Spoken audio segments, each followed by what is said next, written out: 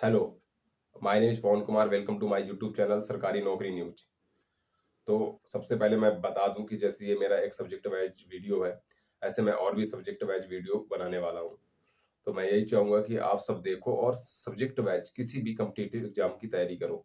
आप किसी specific exam की तैयारी सीधा मत करो। अगर आप इसी जैसे अगर आप आईएएस की, यूपीएससी की प्रिपरेशन कर रहे हो तो फिर मैं कहूँगा ठीक है उसी की करो। लेकिन अगर आप पुलिस और ग्रुप डी ऐसे एग्ज़ाम की तैयारी कर रहे हो तो किसी एक एग्ज़ाम को टारगेट मत करो। सब्जेक्ट वाइज़ तैयारी करो। आप एजुकेशनल कंपनी के कहते क्रिएटिव थंबनेल्स होते हैं, आप उनके चक्कर में जैसे पुलिस भर्ती का आएगा तो वो निकाल देंगे वर्दी पहन बैच। तो जो गाँव के सीधे-साधे लड़के होते हैं वो सीधा उसमें तो फँस जाते हैं। मैं कहूँगा कि आप सब्जेक्ट वाइज़ तैयारी करिए। चलिए फिर शुरू करते हैं आज अपने वीडियो की। तो मैं एक्चुअल वीडियो है आज अपना इंग्लिश तैयारी को लेकर के और इसको बनाने की ज़रूरत भी इसलिए पड़ी क्योंकि जो गाँव के स्टूडेंट्स हैं और बहुत पिछड़े क्षेत्र से हैं या फिर यूपी बोर्ड से पढ़ा या ऐसे स्टेट बोर्ड से जहाँ पे इंग्लिश कॉमन नहीं है। तो ऐसे कैंडिडेट सिर्फ़ इंग्लिश की वजह से एसएससी की तैयारी नहीं करते हैं। स्पेशली मैं कहूँ तो एसएससी, सीजीएल। लेकिन एसएससी, सीजीएल को मैं एक अच्छा एग्ज़ाम मानता हूँ क्योंकि इसमें बहुत वैरायटी ऑफ कैंडिडेट परीक्षा में शामिल होते हैं जो बड़ी-बड़ी यूनिवर्सिटियों से, यहाँ तक कि आईआईटी के भी लड़के इसमें शामिल हैं। ठीक है, तो मैं तो यही कहूँगा कि अगर आप कर सकते हो, अगर आपके अंदर डेडिकेशन है और आप एसएससी करना चाहते हो या बैंकिंग करना चाहते हो लेकिन इंग्लिश से वो लगता है डर, तो ये वीडियो आपके लिए परफेक्ट है। मैं यहाँ पे पूरा स्ट्रेटजी बताने वाला हूँ कि पहले कैसे आप इंग्लिश इंप्रूव कर सकते हैं। फिर मैं थोड़ी अपने जर्नी के बारे में बताऊँगा कि 2 साल पहले मैं कहाँ था और अब कहाँ हूँ। क्योंकि मैं उस दौरान बहुत भटका, लेकिन जो मैंने डेडिकेटेड स्टडी की वो 8 या 9 महीने की। तो मेरा स्कोर एक 152.5 है 200 में, मतलब मैं 75-80% मार्क्स कद ले आता हूँ 8-9 महीने में। अगर आप इससे ज़्यादा तैयारी करेंगे तो और अच्छे मार्क्स ला सकते हैं। तो मैं बता दूँ कि पहले तो मैं कोई टॉपर नहीं हूँ, मेरे कभी 180-90 नंबर नहीं आए इंग्लिश में, ठीक है? मैं भी एक एवरेज स्टूडेंट हूँ और उसी तरीके से मैं बताऊँगा कि आप कैसे कर सकते हो तैयारी। तो चलिए शुरू करते हैं। तो सबसे पहले मैं बता दूँ कि आप किसी भी एक टीचर का बैच ले लीजिए। जैसे अगर मैं रिकमेंड करूँगा तो मैं करूँगा रानी मैम का, क्योंकि मैंने रानी मैम के बैच में वो देखा है कि वो सब कुछ होता है, जो एक एग्ज़ाम सिलेक्शन के लिए चाहिए। जिनको भी इंग्लिश से फ़ोबिया है, जैसे मुझे इंग्लिश से डर है, मेरा इंग्लिश पढ़ने में बिल्कुल मन नहीं लगता। मैंने इंग्लिश की मेरे पास बुक्स तो बहुत सारी हैं, लेकिन मैंने एक भी बुक्स खोल के नहीं देखी। तो आप फिर रानी मैम का बैच ले सकते हैं। उनका बैच अनअकैडमी में चलता है, आपको अनअकैडमी के सब्सक्रिप्शन खुद लेना पड़ेगा उससे। तो मैं अब बात करता हूँ इंग्लिश के पॉइंट टू पॉइंट कि कैसे है। तो सबसे पहले आती है ग्रामर की बात। तो रानी मैम ग्रामर का बैच करवाती हैं और ग्रामर का बैच लगभग वो 2.5 से 3 महीने में पूरा खत्म करा देती हैं। जबकि मैंने दूसरे टीचर से पढ़ा था पहले, मैं बताऊँगा आगे चल के, उन्होंने 8 महीने में खत्म करवाया और मुझे 8 महीने बाद भी एरर, इसके बाद सेंटेंस करेक्शन मैं कुछ भी नहीं कर पा रहा था। तो जो रानी मैम का एक मंत्र होता है ना हर टीचर का, उनका मंत्र है कि ग्रामर जल्दी से जल्दी कराओ 2.5 से 3 महीने में। फिर प्रैक्टिस इतनी करा दो कि सब कुछ ऑटोमेटिक सॉल्व हो जाए। सुना भी होगा कि practice makes a man perfect, और वास्तव में प्रैक्टिस ही सब कुछ है। क्योंकि कितने लोगों को इंग्लिश नहीं आती, कितने को ग्रामर नहीं आती, तो क्या वो एग्ज़ाम सीधा क्वालीफाई कर ले जाएँगे? ऐसा बिल्कुल नहीं है। इसके लिए प्रैक्टिस चाहिए। तो रानी मैम सबसे पहले आपको मैंने जैसे बताया 2.5-3 महीने में पूरा ग्रामर बैच कराएँगी। फिर इसके बाद देन उनकी प्रैक्टिस चलेगी, एरर, सेंटेंस करेक्शन। अब स्टूडेंट का कंसर्न होता है कि वोकैब्युलरी, तो रानी मैम तो वोकैब्युलरी भी पूरी करवाती हैं। और मैं बता दूँ, मैंने एसएससी के लगभग 5-6 एग्ज़ाम दिए हैं। मैं दावे के साथ बोल सकता हूँ कि उनकी वोकैब्युलरी 95 टू 99% पूरी फँसती है। आपको एंटोनिम्स, सिनोनिम्स, इडियम्स के माध्यम से तो फँसेगी, इसके अलावा आपको क्लोज़ टेस्ट कॉम्प्रिहेंशन में भी आपको बहुत हेल्प होगी उससे। फिर स्टूडेंट का कंसर्न होता है न्यूज़पेपर को लेकर के कि न्यूज़पेपर पढ़ें या नहीं।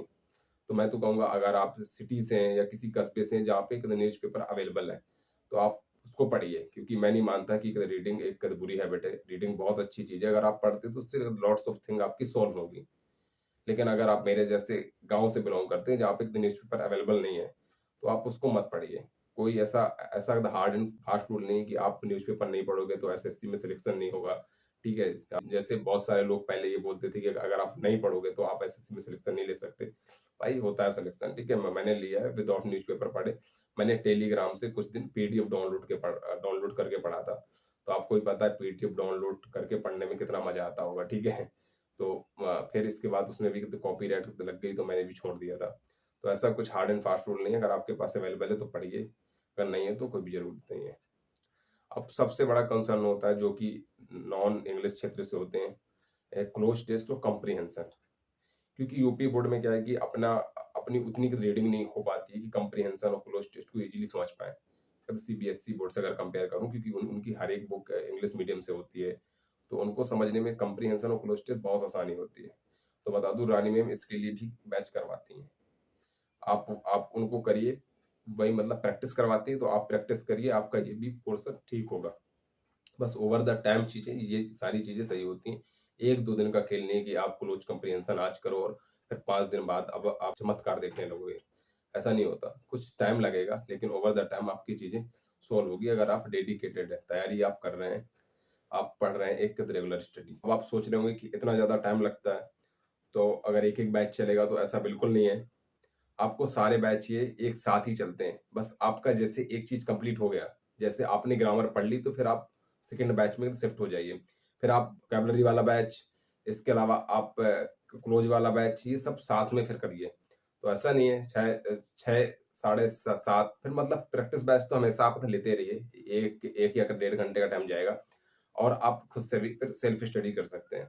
आप अपना एक शेड्यूल फिक्स कर सकते हैं, किसी भी एक बुक ले लीजिए। मैं कहूँगा कि चलो नीतू सिंह वॉल्यूम 1 ही ले लें, या एमबी पब्लिकेशन, जिससे आप प्रैक्टिस सेट कर सकते हैं, या कोई एसपी बच्ची जैसी बुक, जिससे आप 20 एरर करेक्शन, 20 सेंटेंस करेक्शन आप खुद से करते रहें। फिर देन आप जब मॉक देना शुरू कर देंगे तो आपकी वो प्रैक्टिस होती रहेगी। जैसे मैंने अपने बहुत सारे वीडियो में बताया है कि मॉक तो आप देना पड़ेगा, तो जब मॉक दोगे तो प्रैक्टिस होती रहेगी। अब आपको मैं यहाँ पे दिखा देता हूँ, जो कि एसएससी के विभिन्न एग्जाम में जो भी क्वेश्चंस का डिस्ट्रीब्यूशन हुआ है, आप इस टेबल को उधर देख लीजिए, आपको इससे बहुत सारी हेल्प मिल जाएगी। इसके अलावा मैंने पेट एग्जाम में जो भी टॉपिक वाइज विश्लेषण है, जैसे सिनोनिम्स, एंटोनिम्स और पैसेज पूछे जाते हैं, उसकी भी मैंने यहाँ पे आपको दिखा रहा हूँ। तो इससे आपको बहुत सारी हेल्प मिल जाएगी। अब मैं बात कर लेता हूँ अपनी जर्नी के बारे में। आप यहाँ से भी बहुत कुछ सीख सकते हो कि कैसे मैंने भी इंग्लिश सीखी, जो कि मुझे बहुत डर लगता था। सबसे पहले मैंने एसएससी एमटीएस 2019 एग्जाम दिया था, जिसमें मेरे इंग्लिश में 7.5 मार्क्स आए थे आउट ऑफ 25। फिर आप समझ सकते हो कि क्या हालत होती होगी। तो मुझे भी लगा कि मैं एसएससी कभी नहीं कर सकता। फिर देन जैसे आप भी बहुत सारी यूट्यूब वीडियोज देखते हो, मैंने भी देखी, और उसमें फिर टॉपर्स से सुना कि आपके पास बुक्स होनी चाहिए। तो मैंने बुक्स ऑर्डर कर दी। मेरे पास Neetu Singh volume 1, Neetu Singh volume 2, SP बच्ची, एमबी पब्लिकेशन, वर्ड पावर, मेडिची, ये सारी बुक्स मेरे पास हैं। मैंने बुक्स ले ली। फिर जब आप बुक्स खोल के देखते हो फिर कुछ समझ में भी नहीं आता। तो फिर हमने लिया सबसे पहले नीतू सिंह मैम, जिनका नाम बहुत फेमस है इंडिया में। उनसे हमने इंग्लिश का बैच लिया। उनका बैच 3400-3500 का आता है, और हम 4 लोगों ने मिलके लिया था, बिकॉज उतनी अच्छी फाइनेंशियल कंडीशन नहीं थी। तो मेरे बाकी के 3 दोस्तों ने छोड़ दिया, मतलब उन्होंने बैच बीच में ही छोड़ दिया था। मैंने सिर्फ पूरा लिया था उसे। पूरा लेने के बाद मैंने क्या देखा कि मेरी इंग्लिश वहीं की वहीं थी। तो मैं ऐसा नहीं कहूँगा कि नहीं, नीतू सिंह मैम पढ़ा नहीं पाती अच्छा, क्योंकि वो सबको पता है कि इंग्लिश की लेजेंड मानी जाती हैं। बट शायद मेरा स्तर वहाँ तक नहीं था कि मैं उनको समझ पाऊँ, ठीक है? वो स्टूडेंट पे निर्भर करता है कि आप किसको समझ सकते हैं अच्छा। जैसे मैंने रानी मैम को समझा, तो सबका अपना अलग-अलग वैरी कर सकता है। तो फिर देन अब मुझे लगा अब क्या करूँ? फिर मैंने यूट्यूब में ही ढूँढने लगा, तो फिर रानी मैम का यूट्यूब चैनल भी है। मैं आपको अश्योर करता हूँ, अगर आपके पास पैसे नहीं है और आप विदाउट कुछ भी खर्च किया अगर आप इंग्लिश सीखना चाहते हो, तो उनके यूट्यूब में इतना कंटेंट मिल जाएगा आपको कि आप एसएससी, एमटीएस, अगर आप बहुत ज़्यादा डेडिकेटेड है तो एसएससी, सीजीएल भी आप यूट्यूब से पढ़ के क्रैक कर सकते हैं इज़िली। मैं बता दूँ, मैंने एसएससी, सीजीएल प्री उनके सिर्फ यूट्यूब से पढ़ के ही दिया था। सिर्फ मेंस के लिए मैंने कोर्स लिया था, वो भी मैंने बाय नहीं किया था, मैंने किसी से पासवर्ड ही सिर्फ माँग लिया था। तो ऐसा कुछ नहीं कि अगर आपको प्रिपरेशन करनी है तो आपको आपको अमीर होना होगा, ठीक है? अगर आपके पास आज बहुत सारे ऑनलाइन साधन अवेलेबल है, अगर आपके पास उतने पैसे नहीं है, तो आप घर बैठे एक अच्छे एग्जाम की तैयारी भी कर सकते हो।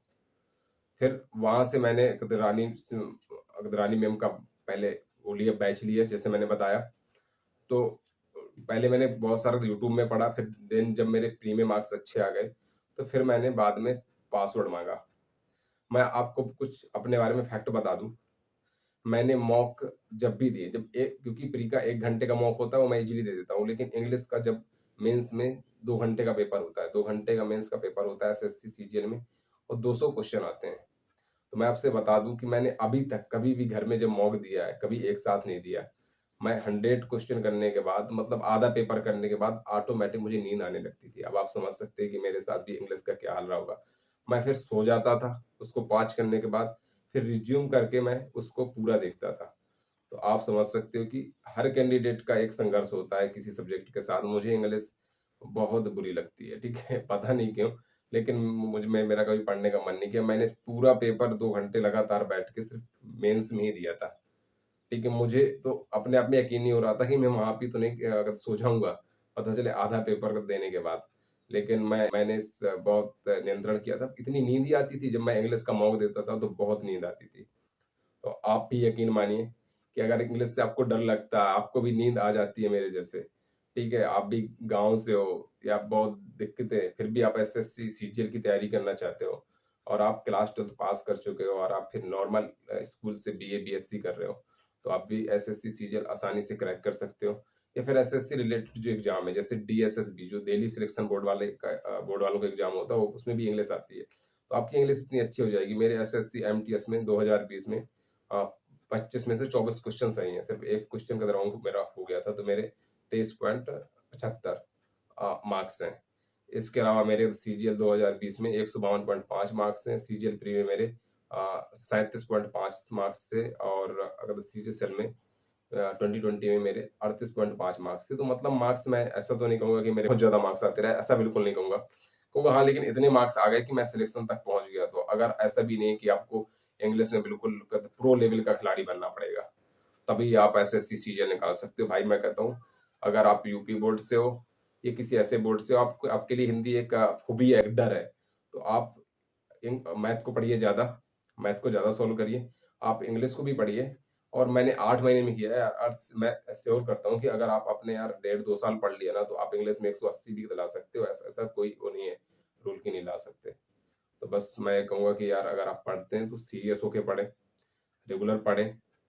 आज के टाइम में कोई ये नहीं बोल सकता कि मेरी घर की आर्थिक स्थिति अच्छी नहीं है, मैं इसलिए जॉब नहीं कर पाया।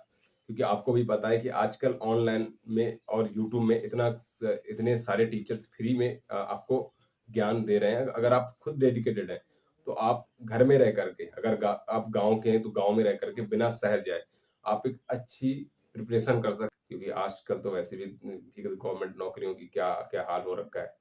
ठीक है, तो बस पढ़ते रहिए और अगला मेरा जो नेक्स्ट वीडियो आएगा, वो आएगा जीके से रिलेटेड क्योंकि जीके भी बहुत बड़ा कंसर्न है कि जीके शुरू कहाँ से करें, अंत कहाँ पे होगा। तो जीके के बारे में बनाऊँगा, तो अगर आपको वीडियो को इन्फॉर्मेटिव लगा है, तो आप लाइक करिए, शेयर करिए।